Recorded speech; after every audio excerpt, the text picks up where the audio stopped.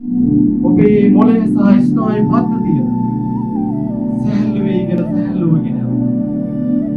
ඔබේ හදවත සහ රුධිර සංසරණ පද්ධතිය සැහැල්ලු වේගෙන සැහැල්ලු වේගෙන යනවා.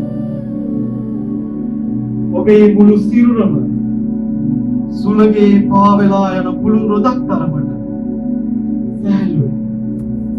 ඔබේ මුළු සිරුරම සුළගේ පාවෙලා යන පුළුල් රොදක් තරමට සැහැල්ලු වෙනවා.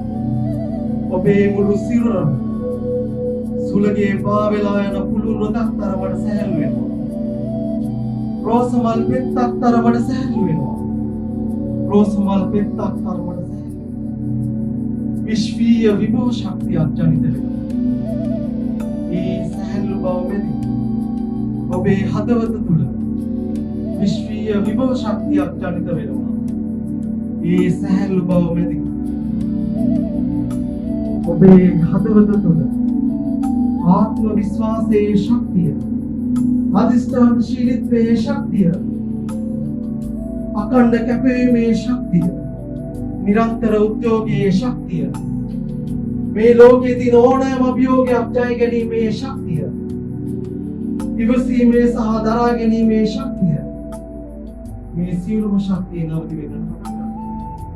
මේ සියලුම ශක්තිය නවති වෙනට පටන් ගන්නවා. මේ සියලුම ශක්තිය නවති වෙනට පටන් ගන්නවා. මේ ශක්තිය තුළින් ඔබේ සිත තුළ සැඟවිලා තියෙන සියලු අසුභවාදී සිතුවිලි, negative emotion සියල්ලම ඉවත් වීගෙන ඔබට පුදුමාකාර ශක්තියක් ජනිත වෙන්න පටන් ගන්නවා. දැන් ඉර බැහැගෙන යන අන්තිම කොටස දිහා බලන්න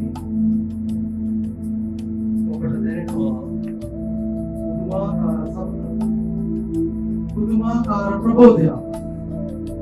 ජීවිතේ කවදාකවත් අත් නොවිදි ආකාරයේ, අත් නොදුටු ආකාරයේ සැහැල්ලු බව.